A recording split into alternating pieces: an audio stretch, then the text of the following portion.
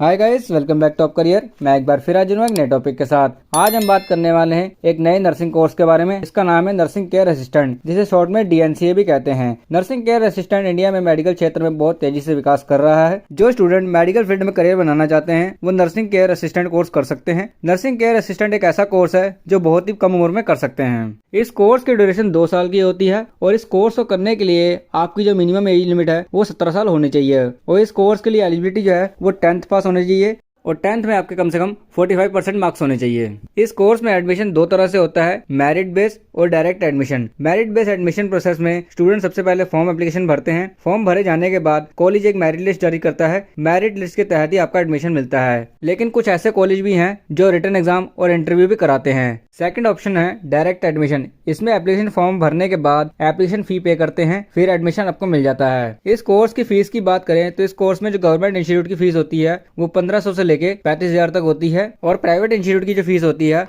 वो 45,000 से लेके 1 लाख तक होती है। आइए अब जानते हैं इस 2 साल के कोर्स में आपको सिलेबस में क्या क्या पढ़ाया जाता है। तो आपको फर्स्ट ईयर में पढ़ाया जाता है introduction to nursing, community health nursing, introduction to pharmacology, basic human science, anatomy, psychology, pathology, first aid, nutrition, computer application, communicative English. ये आपका फर्स्ट ईयर में आपको पढ़ाया जाने वाला सिलेबस है। Paediatric nursing, psychology, personal hygiene, physiology, principle of epidemiology and epidemiological method, ward management, gynaecological nursing, family health nursing care. ये आपके सेकंड ईयर के सिलेबस हैं जो आपको पढ़ाए जाते हैं। आइए अब जानते हैं इस कोर्स को करने के बाद आपको क्या क्या काम करना होता है। तो ये कोर्स हेल्थ केयर से जुड़ा कोर्स है। ये हॉस्पिटल में स्वास्थ्य की देखभाल करना, मरीजों और उनके परिवारों के लिए बढ़िया एनवायरनमेंट बनाए रखना, डॉक्टर के साथ हेल्प के रूप में कई जिम्मेदारियां निभाते हैं। इस फील्ड में जुड़े नर्सिंग असिस्टेंट हर एक मरीज को इस तरह से केयर करते हैं जैसे माँ बाप अपने बच्चों की केयर करते हैं, चाहे वो कैसा भी मरीज हो। नर्सिंग केयर असिस्टेंट का पेशा होता है कि मरीज के पास जितना भी बचा हुआ समय है उसे अच्छे से भरपूर जी सके।